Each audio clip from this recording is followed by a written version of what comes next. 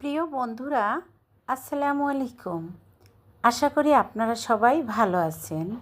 বন্ধুরা, এবারে আমি আপনাদের মাঝে হাজির হয়েছি জাতিসংঘ বিষয়ক গুরুত্বপূর্ণ বিষয়াবলী নিয়ে।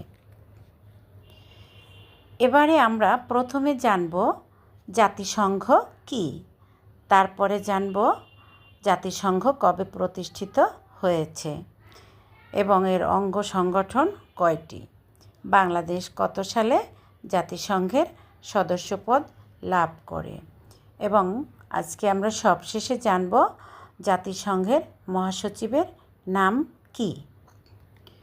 তো জানা যাক এবারে প্রথমে আমাদের জাতিসংঘ কি।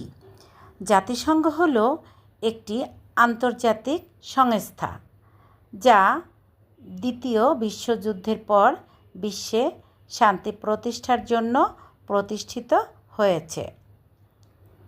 এটি কবে প্রতিষ্ঠিত হয়েছে?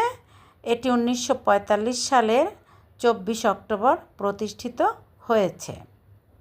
এর অঙ্গ সংগঠন কয়টি? এর অঙ্গ সংগঠন হচ্ছে 6টি। বাংলাদেশ কত সালে জাতিসংঘের সদস্যপদ লাভ করে? বাংলাদেশ 1974 সালের 17 সেপ্টেম্বর জাতিসংঘের সদস্যপদ লাভ করে এবং বর্তমানে জাতিসংঘের মহাসচিবের নাম কি? বর্তমানে জাতিসংঘের মহাসচিবের নাম অ্যান্তোনিও গুতেরেস। ধন্যবাদ সবাইকে। সবাই ভালো থাকবেন। আল্লাহ হাফেজ।